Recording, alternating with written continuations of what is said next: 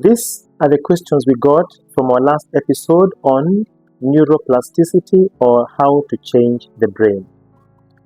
How can I improve my memory to do better in exams? John from Eldoret. John, like we mentioned, the brain has different ways of getting information. And we said that the brain does not like taking responsibilities. So what we need to do? Align ourselves to the laws that govern our retention. And which are the laws? As much as is a whole program that we would also be doing in the same, number one is giving it a chance to get repeated to. Keep reviewing this information, that after every 72 hours, ensure that you do this. When we do the longer program, you're going to learn why 72 hours, and I want to assure you, the brain is the best partner when it comes to retention. Question 2. Is it possible to increase my brain's capacity to learn new things and faster? Yes, this actually came from Faith from Nairobi. It is possible, Faith. Why? Because the brain is a muscle like any other. Like the way people go for gym and they end up bodybuilding. It's the same way that once you train, I'm using the word strain, not stress, strain your brain, then there's a clear assurance that the more you strain it, the more it gets bigger and the more it becomes more accommodative. And that is how to increase your IQ. And basically, if you try that, definitely you're going to get the results you're looking for. Question 3. How do I stay focused during a long day study sessions without getting distracted? Number one, getting distracted. This actually came from Timothy. That's from Kisumu. Timothy, I want to assure you, number one, losing concentration is not a sin. It's not a sin. But how to remain this is basically learning this, what we call the 20 minutes rule. The 20 minutes rule that helps you, number one, to remain on course. Remember, if you tell your brain to become very clear and very focused for only 20 minutes, the brain picks that 20 minutes are not so many. And what does it do? It allows you, and it can always be able to say after every 20 minutes, and that's why we have one of the techniques that we call the Pomodoro, whereby we get to allow ourselves to take a short break, even if it's 2 minutes after every 20, and with that, the brain is able to adopt the 20 minutes retention. The other one is, can I train my brain to enjoy studying more? Yes. And how do we do this? Number one, it's training your brain to pick the fun in studying, the fun in studying. And how do we do this? There are many things that you can do. Maybe you can come up with things like mnemonics, things that will always make you remember, make them funny. You can even use whichever language that you love doing, even if it's a current songs. And I want to assure you, the brain will be able to take up that new style of reading. Is there a way to reduce brain fog, especially during stressful examination periods? Samuel from Nyeri. It is possible. How?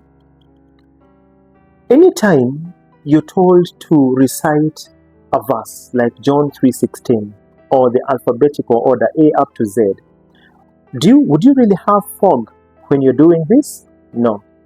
So what does that mean? For you to clear the fog, you need to create mastery so that at least you know what it is that you're talking about. And this actually comes through the longer program that I'll be doing with you on how to create mastery, how to create retention.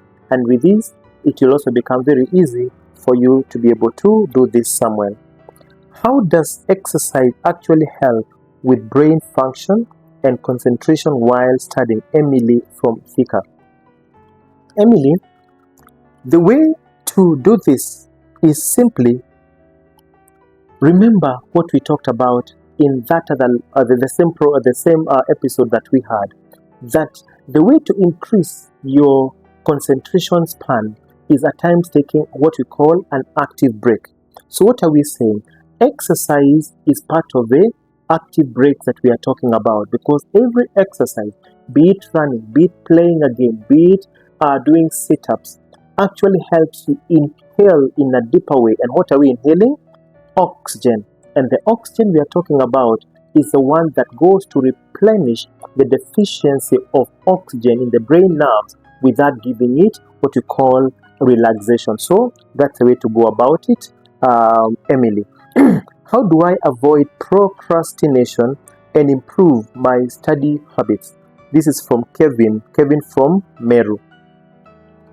Procrastination is a mental fixation. It's a setting of the mind. And to be very honest with you, what brings about procrastination? And procrastinators, what they do is, why should I do it today? Well, I can do it tomorrow. But getting a good reason to want to do it helps us to be able to do this. And some of the things that contribute to us procrastinating over and over are things to do with maybe your timetable, maybe where you have placed that subject is during your if you place a subject when you are dismally functioning, and maybe it's a subject that you're not very comfortable with. So what do? Each and every time, number one, you're tired, you're sluggish, you're slow. So what do you need to do? What do you actually say? You either sleep or say, I'll do this one tomorrow. So basically, that is how to deal with that, Kevin. Does getting enough sleep really help my brain process and retain information? Patricia from Kisii. Yes, it does. How does it happen? Science is something we call the circadian rhythm. And the circadian rhythm is a 24-hour clock at the back of our heads that oscillates from alertness to sleepiness. And what are we saying?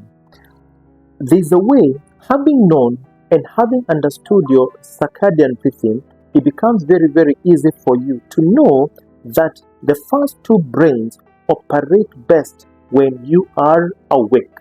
But what happens to that brain called the unconscious brain that does the processing?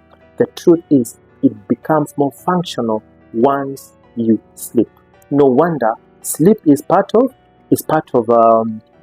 retention. Really helps in processing, because processing is more of allocation of different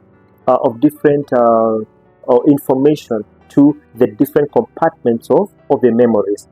That's another full topic that we could be able to take care of, Patricia. Can practicing mindfulness or meditation improve my focus and reduce test anxiety? Yes, it is very clear, because what does it do?